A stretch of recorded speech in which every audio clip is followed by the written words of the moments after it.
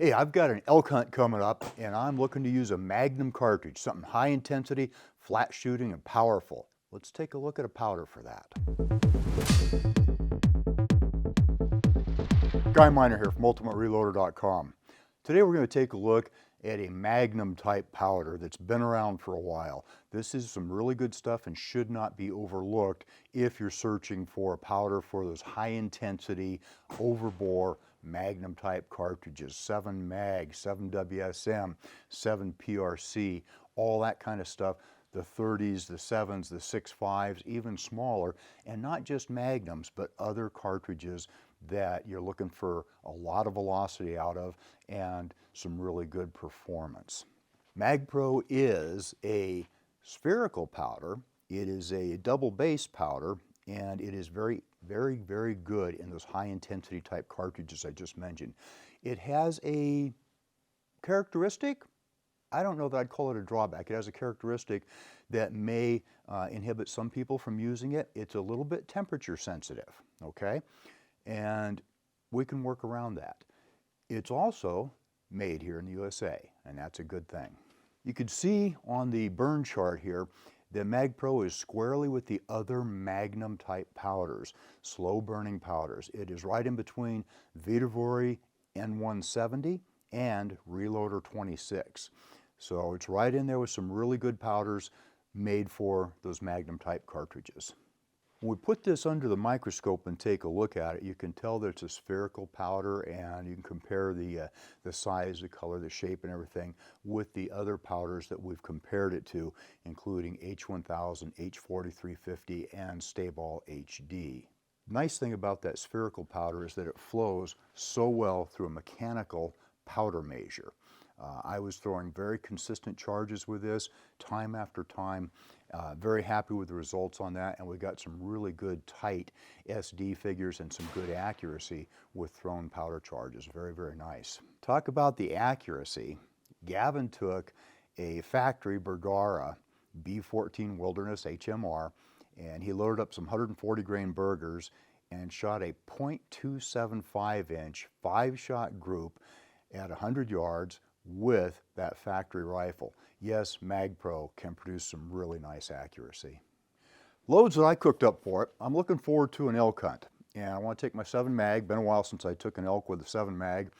And I'm thinking between the lighter, faster, monolithic bullet, in this case the 139 grain Hornady CX, or something heavier like a longer lead core jacketed 175 grain bullet, which I also have a great deal of faith in, having taken a large bull elk with that combo a long time ago. The thing that's new this time is both the lighter bullet and this Magpro powder, which I have not hunted with before. I started in a little bit below the maximum load listed in Hodgson's online data manual. They had 74 grains listed as their max. And at 73.5, I found a pretty decent load.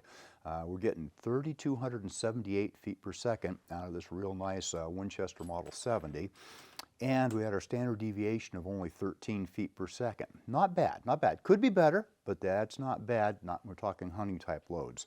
Then I went ahead and bumped it up to 74 and 74.5 grains, and 74.5 grains as far as I took it, because at about that time I was starting to notice, okay, this is about acting like it is definitely max load. It's half a grain over Hodgson's max, so be careful of that. We only picked up about 20 feet per second with that additional grain of powder over and above the 73.5 load. Wound up with an SD of 15, which again is good. I would like to see it smaller than that. I love getting down to those single digit SDs, but it wasn't bad. Then I bumped up to the 175 grain Sierra. That's that big long Game King bullet, soft point boat tail. It's got a pretty darn good reputation. Our SD was only 8. That was nice. The recoil, that woke me up. It was a while since I shot a full bore 175 grain load out of a 7 Mag. I said, man, I'm getting a little older here. So that woke me up really good. The velocity on that, 2,959 feet per second. That's scorching. Now that's out of a 26-inch barrel, but even so, that was a whole lot of velocity from the 7 Mag with a 175. 2,900-ish is my usual goal when I'm working with a 7 mag and a 175. And if I wind up in the 2850s, that's fine. But when I break 29, I know I'm doing pretty good. Yeah, some guys will push them even harder than that. I'm very content with 2,900 feet per second. This load that I used, I would actually back it down a little bit for use because we were starting to see a little bit of shiny mark on the case head, and she was a little bit harder to extract than I like to see. So we were getting up there in pressure signs where I don't want to be. I would back this load down just a little bit. And then of course the 6.5 PRC that Gavin shot did really, really well also with an SD of 8 and 2,940 feet per second average. Sadly, we lost the extreme spread on that before we could get it all copied down, but that's all right. The 8 feet per second SD is what I was really interested in anyway. That and that tight group that he shot. Pretty impressive. I mentioned earlier that there's a way of working around these temperature sensitive powders. There's a couple of ways. One, load them a little lighter. But who wants to do that with a Magnum? When I'm shooting a Magnum, I like to get up there near maximum type velocity. What I do is, I realized a long time ago, using another 7 mag and my old 300 mag and all, that I didn't really shoot those a lot year round. I started shooting them in the fall, 100 with them in the fall, 100 with them in the winter, and then pretty much put them away. The rest of the year I used milder cartridges, heck, 22s, 308s, and then sometimes a pretty high pressure one in the spring for varmint shooting. So that I did do, but that was easy to work around that too. These things to me are big game hunting rifles, big game hunting cartridges, and I hunt big game primarily in the cooler months of fall and winter. So work up your load then, use it then. Don't use it when it's 100 degrees out there in July and August, okay? I just don't. I just leave them alone then.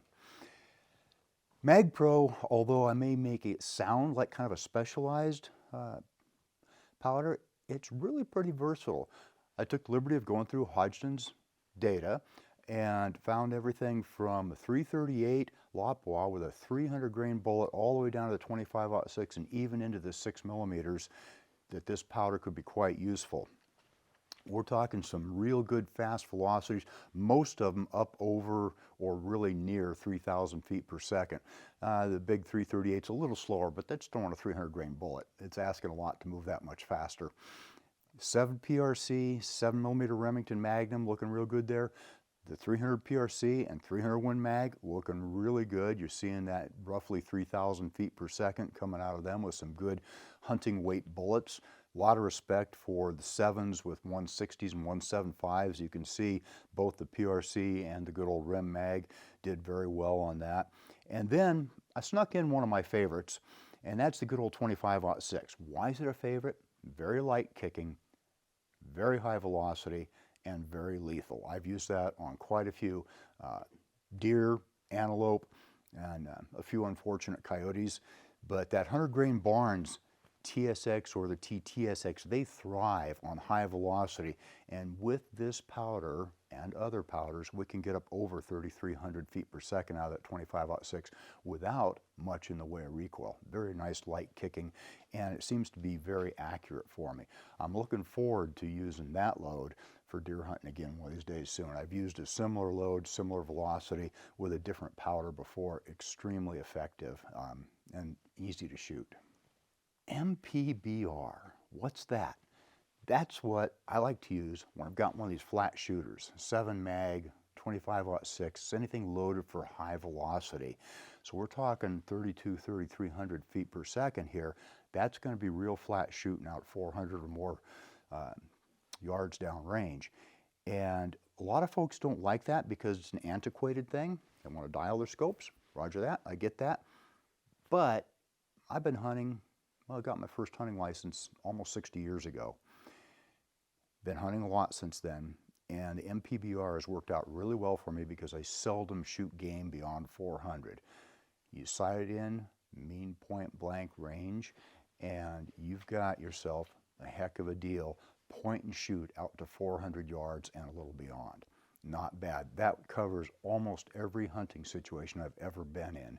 Out to 400 yards or so, put the crosshairs on, hold on hair, and send it downrange. It works well. Something to think about. I think Gavin and I are going to do a whole video on that versus dialing. In conclusion, Accurate's Magpro is a very useful powder for high intensity, high velocity cartridges.